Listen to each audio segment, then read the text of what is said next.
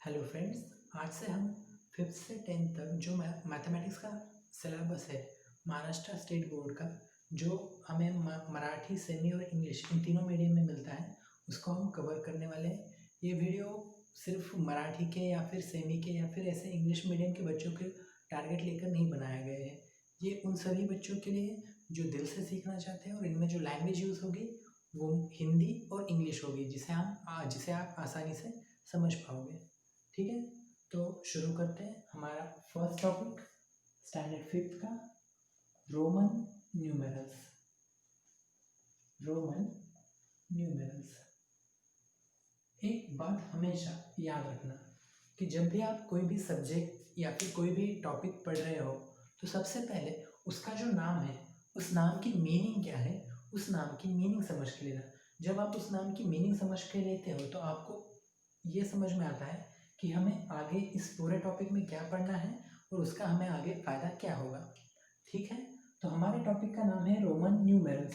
तो फिर सबसे पहले हमें ये समझ के लेना होगा कि रोमन इस वर्ड की मीनिंग क्या है।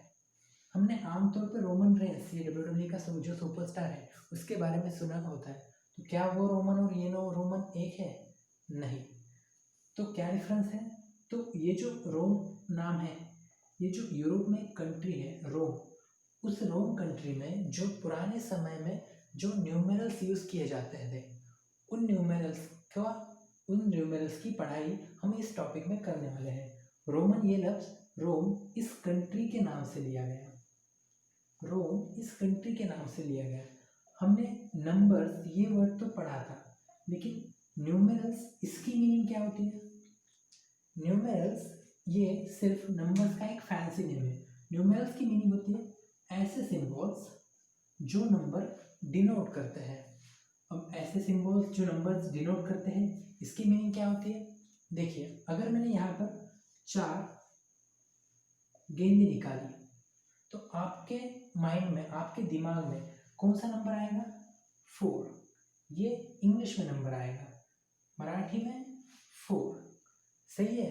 तो फिर इन 4 ऑब्जेक्ट्स को, इन 4 चीज़ों को दिखाने के लिए जो सिंबल यूज़ किया जाता है, उस सिंबल को कहा जाता है न्यूमेरल। तो हमें कौन कौन से न्यूमेरल पता है? हमें आमतौर पर इंटरनेशनल न्यूमेरल्स, क्या कहा मैंने? International numerals. अब इंटरनेशनल न्यूमेरल्स यानी कौन से? इंटरनेशनल न्यूमेरल्स यानी इंग्लिश कौन कौन से? जैसे कि 1, 2, 3, 4, 5 एंड सो ऑन। ये जो इंटरनेशनल न्यूमेरल्स है, हमें इनके बारे में पता होता है। तो हमें इस टॉपिक में किन चीज़ों के बारे में पढ़ना है? इस टॉपिक में हमें रोमन न्यूमेरल्स के बारे में पढ़ना है। तो पहली बात, रोमन न्यूमेरल्स हमें कहाँ कहाँ दिखाई देते हैं? रोमन न्यूमेरल्स हमें कई बार कुछ वॉचेस में, जो पुराने स्टाइल की और जो क्लासिक वॉचेस होती है, उन वॉचेस में कई बार कई सारे ग्रेवस्टोन्स यानी कोई इंसान मरने के बाद जो उसकी कवर होती है, उस कवर के ऊपर उसकी बर्थ डेट और डेथ डेट, ये ग्रेवस्टोन पर रोमन न्यूमेरल्स के जरिए लिखी जाती है। और जो कई सारे गवर्नमेंट बिल्डिंग्स हैं, इंडिया में नहीं, जो गवर्नमेंट बिल्डिंग्स हैं, उन बिल्डिंग्स के ऊपर भी हमें इन रोमन न्यूमेरल्स का पाया जाता है, ये रोमन न्यूमेरल्स देखे जाते हैं। तो फिर रोमन न्यूमेरल्स में और इंटरनेशनल न्यूमेरल्स में 2 मेन डिफरेंसेस होते हैं। वो 2 मेन डिफरेंसेस कौन कौन से? ये समझ में आया ना? वॉचेस, ग्रेवस्टोन्स और गवर्नमेंट बिल्डिंग्स पर आमतौर पर हमें रोमन न्यूमेरल्स दिखाए जाते हैं। मैंने कहा इंटरनेशनल न्यूमेरल्स और रोमन न्यूमेरल्स में 2 चीज़ें हमें डिफरेंट होती है। कौन सी? Place value. अब प्लेस वैल्यू क्या होती है, ये हमने 4th स्टैंडर्ड में सीखा है, लेकिन फिर भी एक बार देखते हैं। अगर नंबर है 2014, तो यहाँ पर ये जो 1 है, इसकी वैल्यू 10 होती है। यहाँ पे ये जो 2 है, इसकी वैल्यू 2000 होती है। ये हमने 4th स्टैंडर्ड में ही पढ़ा था। सही है। तो रोमन न्यूमेरल्स में प्लेस वैल्यू नहीं होती है। क्या कहा मैंने? रोमन न्यूमरल्स में प्लेस वैल्यू नहीं होती है, और जो जीरो होता है, जो शून्य होता है, वो शून्य भी रोमन न्यूमरल्स में अब्सेंट है, नहीं होता है। ये मेन डिफरेंस है इंटरनेशनल न्यूमरल्स और रोमन न्यूमरल्स में। ठीक है, तो हम रोमन न्यूमरल्स एग्जैक्टली कौन से होते हैं, उन्हें किस तरीके से डिनोट किया जाता है, इसके बारे में जानेंगे। फर्स्ट ऑफ ऑल ये याद रखो कि ये जो रोमन न्यूमरल्स है वो रोमन न्यूमरल्स मेन 7 है। रोमन न्यूमरल्स मेन कितने हैं? 7। रोमन न्यूमरल्स कितने हैं? मेन 7 है। लेकिन हम जब सीखेंगे तो हम शुरुआत मेन 3 से करेंगे। Okay, so let's start. हमने कई बार कई जगहों पे ऐसे एक सीधी लकीर, ऐसे 2 लकीर, ऐसे 3 लकीर देखे होते हैं। अगर आप कोई पुरानी मूवी देखो या फिर ऐसी कोई मूवी जिसमें किसी हीरोइन को या फिर प्रिंसेस को या फिर किसी हीरो को जेल में रखा जाए, कैद में रखा जाए, तो वो अपना जो वहाँ पर समय बीत रहे हैं वो समय दिखाने के लिए ऐसे 1 लकीर, 2 लकीर, 3 लकीरें खींचता है।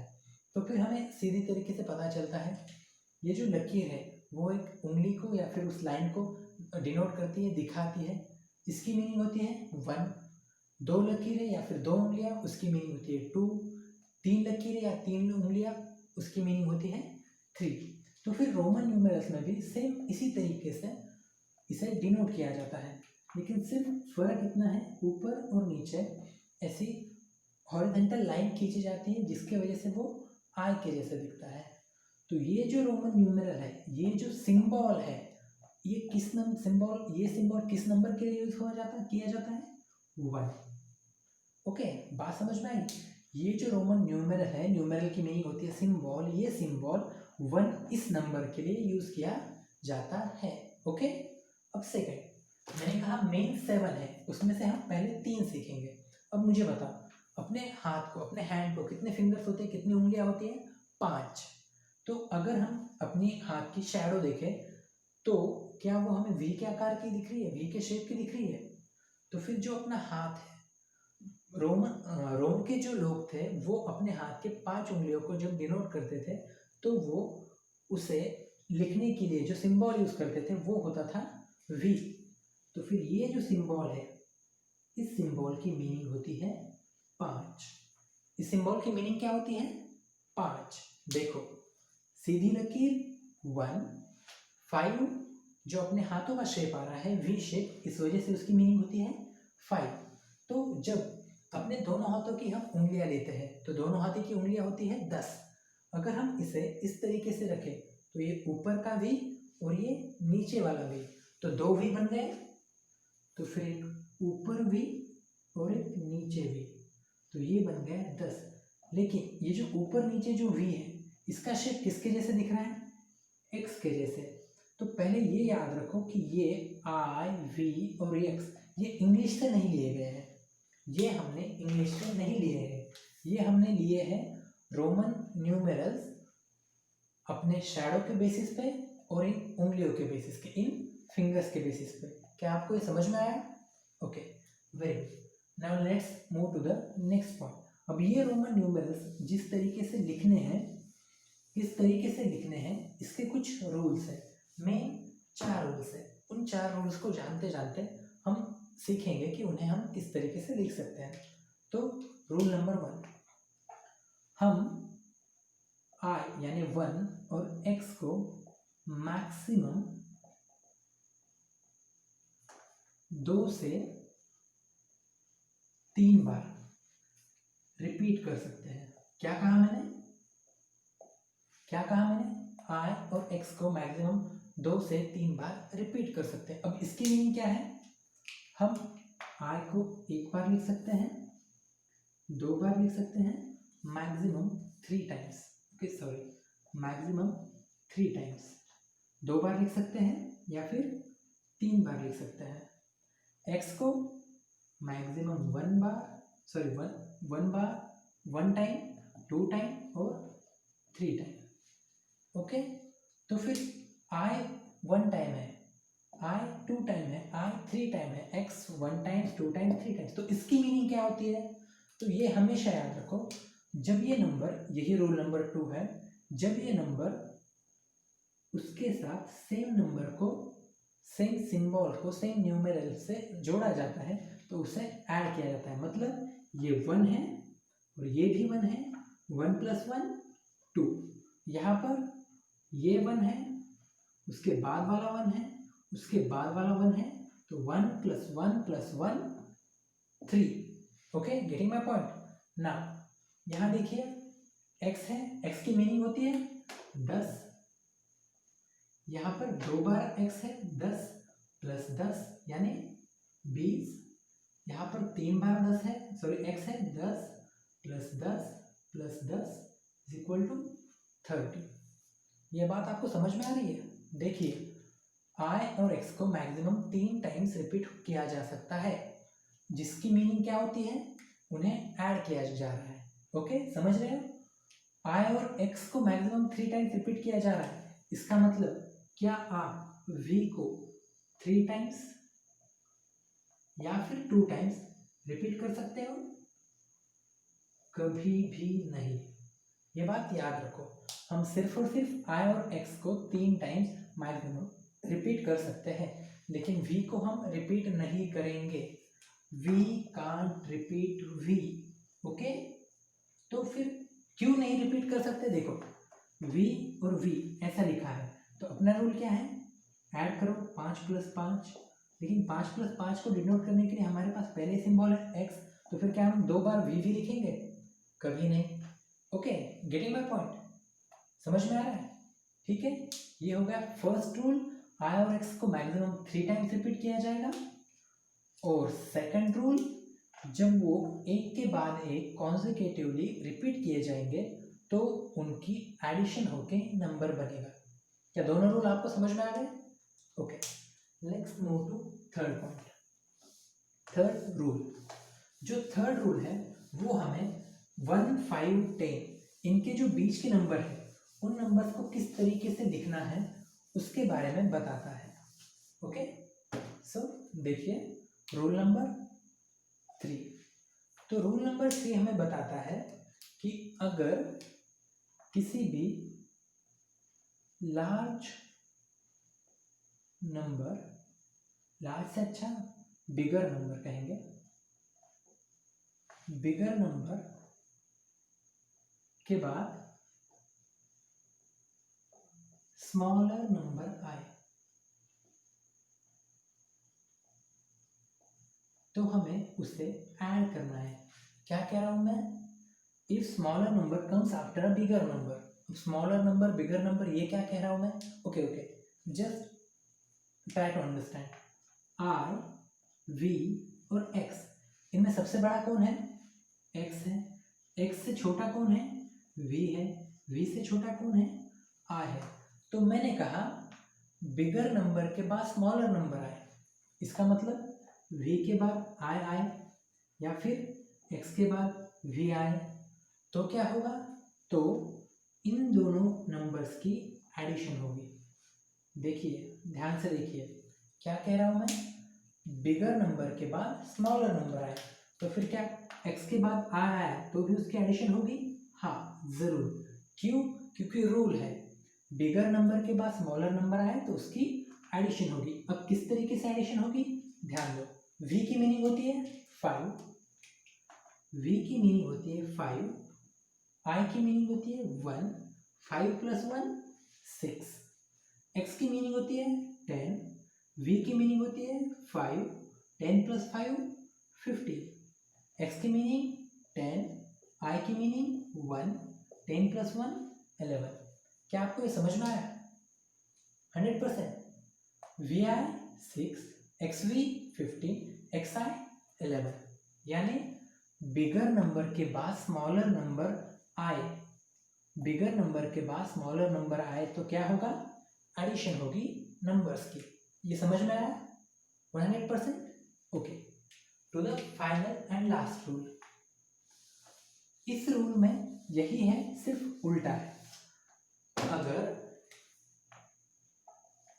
स्मॉलर नंबर के बाद, क्या कहा मैंने, स्मॉलर नंबर के बाद बिगर नंबर आए, स्मॉलर नंबर के बाद अगर बिगर नंबर आए तो सब्सट्रैक्शन किया जाएगा, तो सब्सट्रैक्शन किया जाएगा। मतलब वो कैसे होगा, i से बड़ा v से बड़ा x।